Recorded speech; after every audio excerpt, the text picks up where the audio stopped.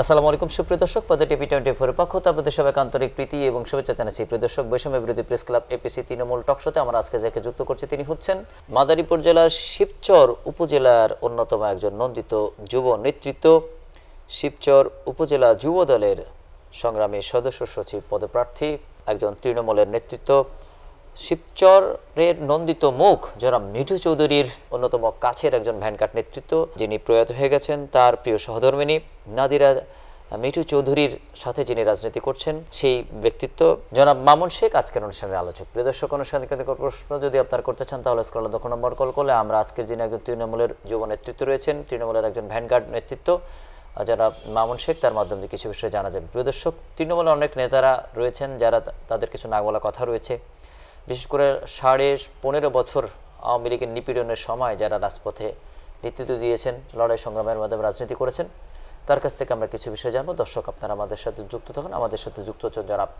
মোহাম্মদ মামুন শেখ। জি মামুন শেখ, আপনি দর্শকদেরকে জানাতেন কবে থেকে আপনি শহীদ প্রেসিডেন্ট জিয়াউর রহমানের আদর্শ ধারণ করলেন, রাজপথে ছিলেন? আপনার সাথে প্রাক আলোচনায় যেটি জানতে পারলাম যে দীর্ঘ 18 বছর ধরে এখানে আপনারা নিপীড়িত নিষ্পেষিত হয়ে আছেন। প্রয়াত আপনাদের জন্য মিঠু চৌধুরী, তার হাত ধরে আপনি রাজনীতি করেছেন, এখন তার প্রিয় সহধর্মিণী রাজপথে আছেন, আপনি তার সাথে রাজনীতি করছেন। আপনি দর্শকদেরকে জানান যে কি প্রেরণা ছিল, উৎসাহ ছিল, উদ্দীপনা ছিল জাতীয়তাবাদী আদর্শে রাজনীতি করার? বিসমিল্লাহির রহমানির রহিম। আসসালামু আলাইকুম। শহীদ প্রেসিডেন্ট জিয়াউর রহমান স্বাধীনতার ঘোষক, তার আদর্শে বেগম খালেদা জিয়া আপসহীন নেত্রী, বিএনপির মাতা দেশনেত্রী, তারেক রহমানের নেতৃত্বে আমরা বিএনপির রাজনীতি করে যাচ্ছি। আমার দাদা ও বিএনপি করত, আমার বাপের চাচা বংশের সবাই বিএনপি করত, আমিও ওটা দেখে দেখে বিএনপির প্রতি একটা গভীর ভালোবাসা সৃষ্টি হয়েছে। জনাব মিঠু চৌধুরী রাজনীতির নেতৃত্ব আমার কাছে খুবই ভালো লাগতো। তার কাছে এলাকা থেকে বিচার আসলে সে সৎভাবে বিচার আচার করত, কোনো পক্ষের টানত না, সে সৎভাবে বিচার করত। প্রত্যেকটা মানুষের বিপদে আপদে সে সব সময় পাশে যায় দাঁড়াইতো। এটা আমার কাছে খুবই ভালো লাগতো। এই যে আপনাদের সেই নেতাকে আপনারা যে হারালেন, এটি আপনাদের জন্য আসলে কতটা কষ্টের? এটা আমাদের কাছে যে কতটা কষ্টের এটা আমরা বইলা মানে বুঝাইতে পারবো না, যে তারে আমরা হারানোর কতটা যে কষ্ট। সে 15.5 বছর তো বিএনপি আওয়ামী লীগ শাসন করলো। সে আওয়ামী লীগের যে সে কতটা নির্যাতিত হয়েছে, সে প্রত্যেকটা বিএনপির মিটিং মিছিল হরতাল অবরোধ সব কিছু পালন করত। এদেশে এই শিবচর উপজেলায় আর কেউ মিটিং মিছিল করতো না, হরতাল অবরোধ এগুলা পালন করতো না। জনাব নাজমুল হুদার মিঠু চৌধুরীর নেতৃত্বে আমরা তার সাথে থাইকা প্রত্যেকটা রাজনৈতিক মিছিল এবং দল থেকে যেই হরতাল অবরোধের ডাক দিয়েছে, আমরা প্রত্যেকটা হরতাল অবরোধ পালন করেছি।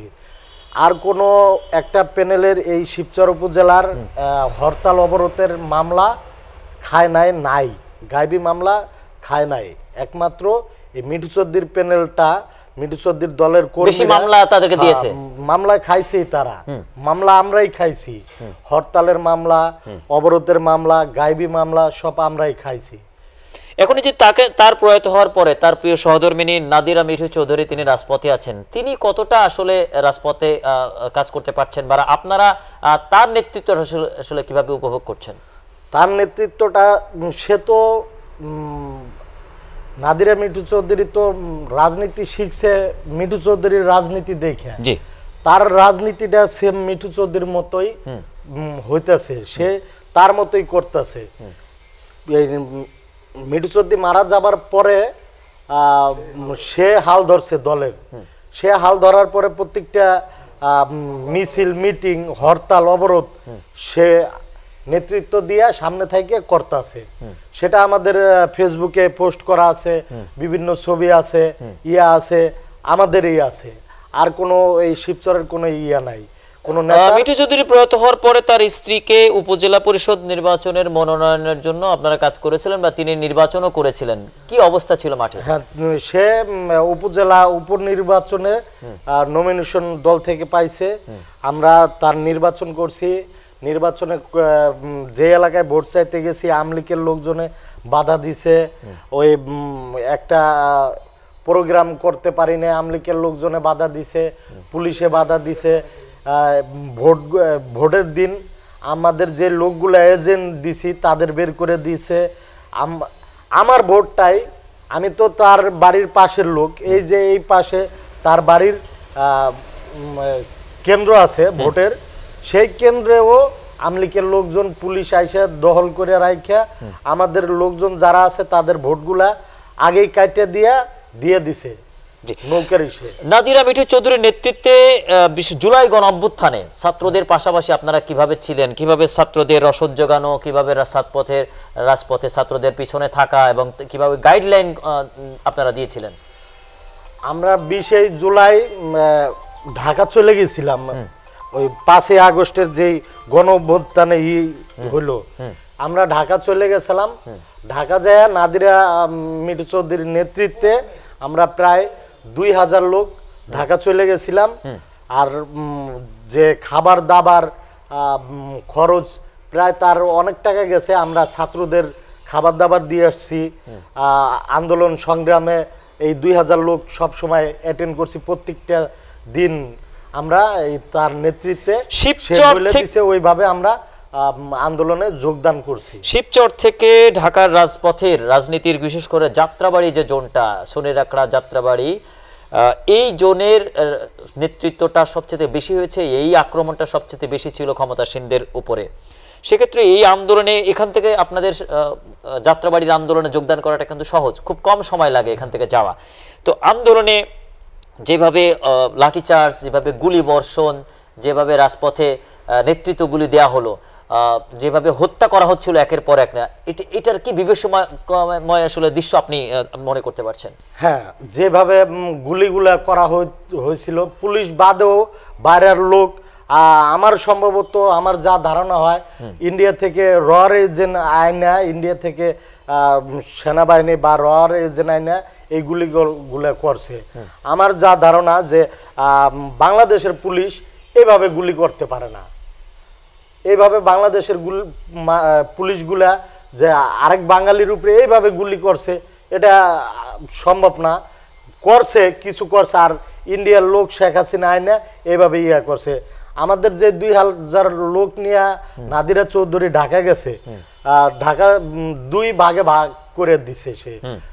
যাত্রাবাড়ির 1000 লোকের মতো দিছে, আর মিরপুর 10-এর ওদিকে লোক পাঠাই দিছে 800-1000-এর মতো।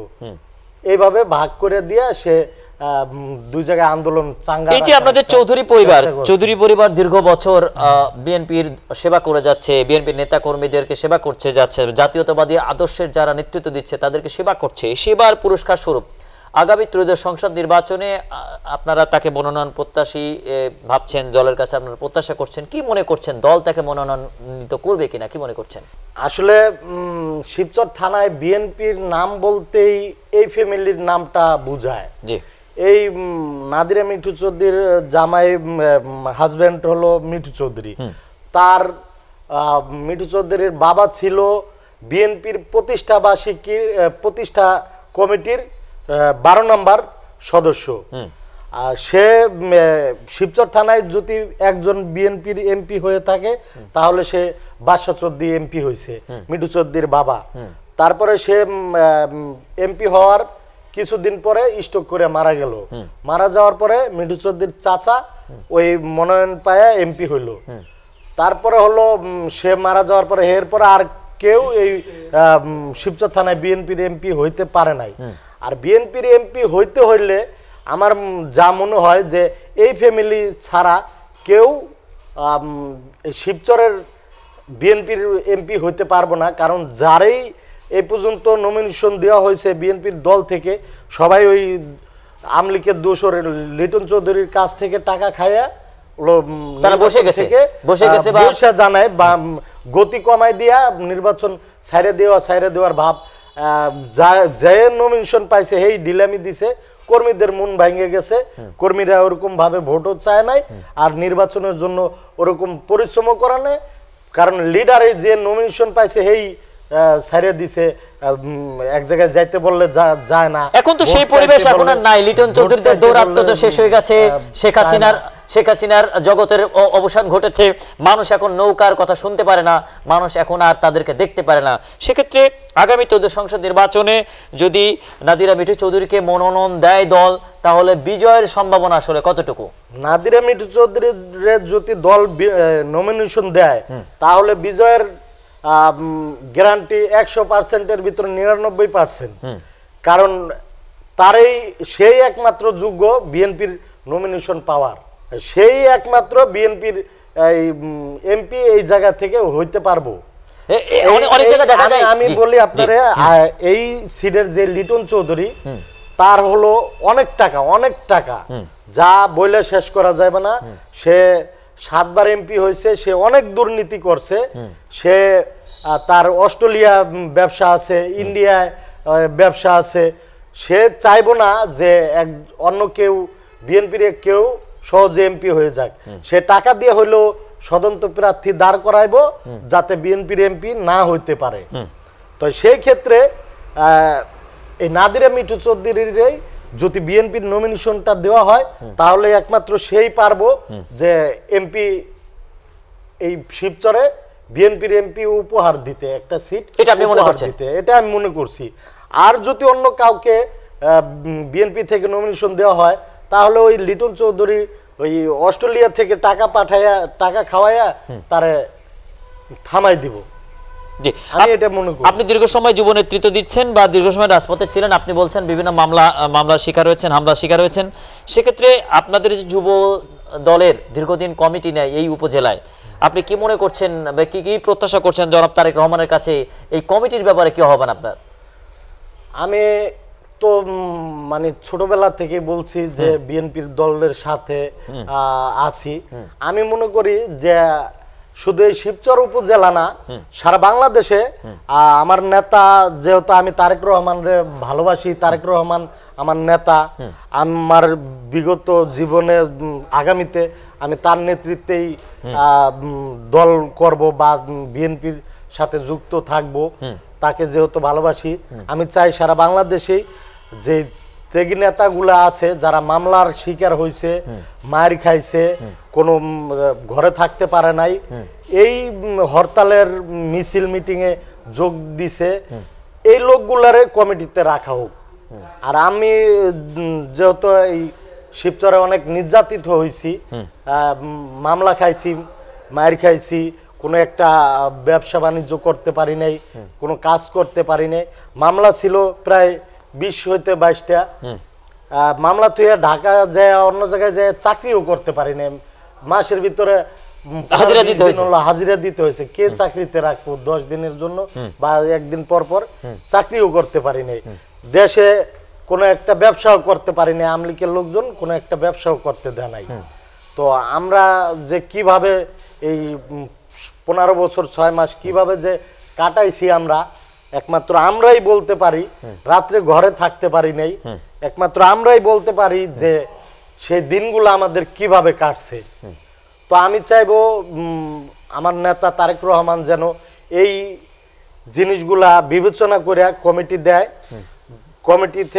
কমিটি দিলে আমাকে যেন সদস্য সচিব কমিটিতে বানায় করে, আমি এই আশায় কামনা করছি। জনাব তারেক রহমান দীর্ঘ সময় মাটি থেকে, মা থেকে দূরে, এই দেশ থেকে তাকে জোর করে মুসলিকা আদায় করিয়ে পাঠানো হয়েছে।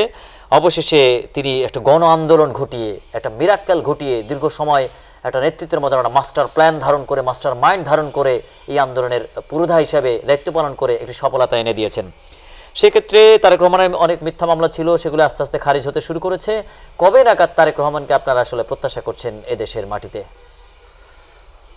আমরা তো তারেক রহমানরে এই দেশে প্রত্যাশা করি এই জানুয়ারির ভিতরে, জানুয়ারির শুরুতে থেকে আমরা তাকে প্রত্যাশা করি দেশের মাটিতে। কারণ তার নেতৃত্ব ছাড়া সে আমরা অচল। সে যেভাবে নেতৃত্ব দিব, যেভাবে আদেশ দিব আমাদের, আমরা ওইভাবে কাজ করব। যেদিন তারেক রহমান এই দেশে পা রাখবেন সেদিনের অবস্থা কেমন হবে বলে মনে করেন? সেদিন তো ঢাকা শহর লোকের লোকে অরণ্য হয়ে যাবে, ভরে যাবে যেদিন তারেক রহমান দেশে আসবে। জি, আমরা অনেক আলোচনা করলাম। দর্শক শ্রোতা, আপনার এই শিবচর মাদারীপুর 1 সংসদীয় আসনের যারা ভোটার রয়েছেন, সমর্থক রয়েছেন, সবার কাছে আপনার নেত্রী নাদিরা মিঠুর পক্ষে আপনার কি চাওয়া রয়েছে, কি প্রত্যাশা রয়েছে? আমার প্রত্যাশা একটাই যে নাদিরা মিঠু চৌধুরী যেইভাবে সৎভাবে নেতৃত্ব দেয়, তার কাছে একটা লোক আসলে যেভাবে সাহায্য পায়, যেভাবে সে দলটারে গুছিয়ে রাখছে, বিগত দিনে যেভাবে দুর্দিনে দলের পাশে সে ছিল, টাকা পয়সা খরচ করে অপমান অপদস্থ হইয়া আমাদের মিটিং মিছিল তো বাইরে কোনো মাঠে, শিবচর থানায় কোনো মাঠে রাস্তায় করতে তো দেয়ই নেই, তার বাড়িতে বৈশা আমরা মিটিং মিছিল করছি, তাও পুলিশ এসে বাধা দিছে, আমলিকের লোকজন এসে গেটের সামনে দিয়া মহড়া দিছে, পুলিশ এসে ফালাই দিছে, খিচুড়ি রান্না করলে এই ডেকটাও ফালাই দিছে, লোকজন ধাওয়াই দিছে, বাড়ির পিছন দিয়ে সব লোকজন বের হয়ে গেছে। এরকম অসংখ্য ঘটনা আছে। তো আমি চাই সেই সুবাদে দুর্দিনে যেহেতু সে দলের সাথে ছিল, সুদিনেও যেন তারেক রহমান তাকে দলের সাথে রাখে, এটা আমার কামনা। শিবচর উপজেলার যেই নমিনেশনটা আমি চাই যে তাকে যেন দেওয়া হয়। জি, আপনাকে আমাদের সাথে যুক্ত থাকার জন্য ধন্যবাদ জানাচ্ছি। প্রিয় দর্শক, এতক্ষণ যুক্ত ছিলেন তৃণমূল নেতৃত্ব শহীদ প্রেসিডেন্ট জিয়াউর রহমান আদর্শ নিয়ে এই যুব নেতৃত্ব দীর্ঘ সময় রাজপথে কাজ করেছেন। নাজমুল হুদা মিঠু চৌধুরীর সুযোগ্য স্ত্রী নাদিরা মিঠু চৌধুরী, তিনি রাজপথ সামলাচ্ছেন এই মাদারীপুর 1 তথা মাদারীপুর 1 সংসদীয় আসনের ত্রয়োদশ সংসদ নির্বাচনের তিনি একজন নন্দিত মুখ, একজন প্রার্থী।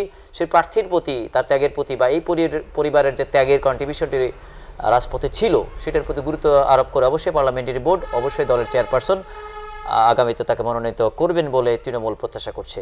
আর আজকের আলোচক তিনি তার ত্যাগের পুরস্কার স্বরূপ আগামীতে যে যুব দলের কমিটি হতে যাচ্ছে সেখানে তাকে আহ্বায়ক পরিবর্তে সদস্য সচিব পদে তিনি প্রত্যাশা করছেন। সেই প্রত্যাশা প্রতি দল গুরুত্ব রাখবে বলেও তৃণমূল মনে করছে, তৃণমূলের নেতাকর্মীরা মনে করছে। দর্শক, পরিবর্তনশীল নতুন করে আলোচকে বা আজকের আলোচকে পুনরায় নতুন কোনো বিষয়ে যুক্ত করার প্রত্যাশার আজকের মধ্যে বিদায় জানাচ্ছি। আমাদের সাথে থাকুন। আসসালামু আলাইকুম।